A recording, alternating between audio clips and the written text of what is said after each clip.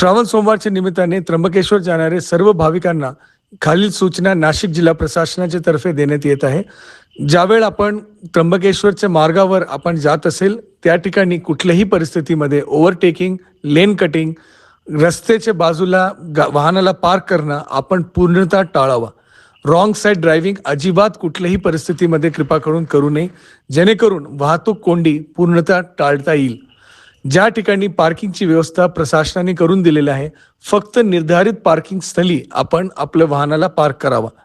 दुसरी सूचना आहे की ज्यावेळ आपण कुठल्याही रांगात उभे असेल, ज्यावेळ आपण कुठल्या लाईनमध्ये उभे असेल, तर माझी आपल्या सर्वांना स्पष्ट सूचना आहे की या परिस्थितीमध्ये पुढच्या असलेल्या व्यक्तीला आपण धक्का देऊ नये, पुढे जाण्यासाठी कुठल्याही प्रकारची गडबड करू नये, ज्याच्यामुळे कुठल्याही परिस्थितीमध्ये चेंगराचेंगरीची परिस्थिती निर्माण होणार नाही.